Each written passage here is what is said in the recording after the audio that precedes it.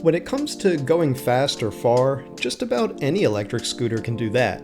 I can list off a dozen names right now.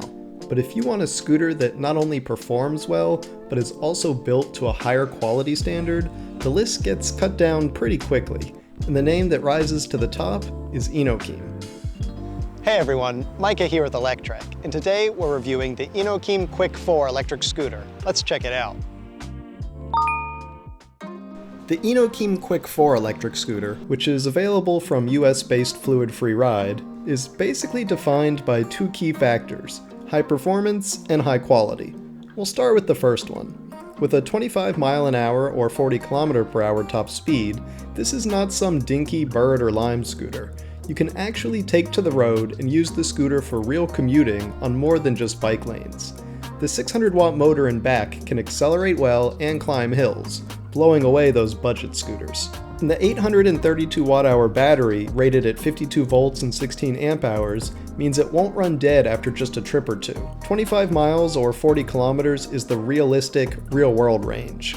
Other scooter companies would tell you this is a 40 mile or 65 kilometer scooter based on that battery size, but Inokim gives you the real-world range, which I definitely respect.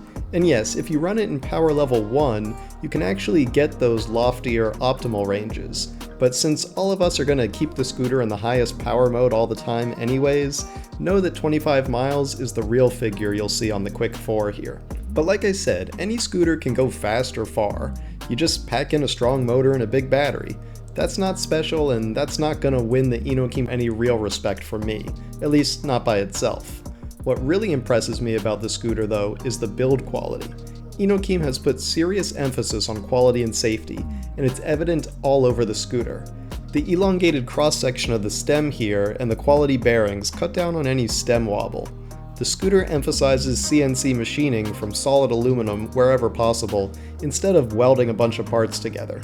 The tires are larger 10-inch by 2.5 inch, allowing you to clear obstacles more easily and not drop down into potholes like smaller scooter wheels do. And the damping suspension on both wheels actually makes for a great ride. It's not just cheap suspension for show. There's also a dedicated lock on the folding mechanism to ensure it won't fold on you while riding. You have to slide the safety out of the way first to be able to fold the scooter for transport or storage. The 47-pound or 23-kilo weight isn't terribly lightweight, but for its specs here, that's actually not bad, and you can lug it around still. I'm also a big fan of these drum brakes, which were chosen for their advantages over discs. Now, there are plenty of misinformed riders out there that assume drum brakes are worse than disc brakes since they're older tech, and while I wouldn't want them on a 50-mile-an-hour scooter, they actually have huge advantages on this type of mid-level commuter scooter. They are totally sealed, meaning they won't fade when they're wet like disc brakes, and they won't get banged up like discs either. You know, every time you move around a curb or you smack something on the road and you knock your disc out of true a little more. So you're not going to have that awful pulsing brake syndrome from every time you smacked your disc on a curb. They also don't need adjusting to keep the pads centered around the disc, and they don't fill with grime either. They're just always tuned. They're a no-maintenance solution, and they work great, making the scooter safer to ride and more convenient to own. It's all those little things, the small decisions that add up into a complete scooter, like the way the Inokim gear boots up in park mode so you don't accidentally blip the scooter's throttle while rolling it around or take off unexpectedly. You just pull the brake lever once to quickly shift out of park and you're ready to ride. That kind of attention to detail makes all the difference. It also makes all the cost too, and this is not a cheap scooter. It's priced at $1,499 from Fluid Free Ride, and that's after a $300 sale too. I know, that's a lot of money. There are plenty of 25 mile per hour scooters that cost less, sure, but the whole point of this scooter is that it's a significant safety and quality upgrade. Better construction, better brakes, better usability, longer lasting, etc. In fact, it's probably going to be cheaper in the long run too, since the scooter will last for years, and it's backed by Fluid Free Ride's awesome service and support.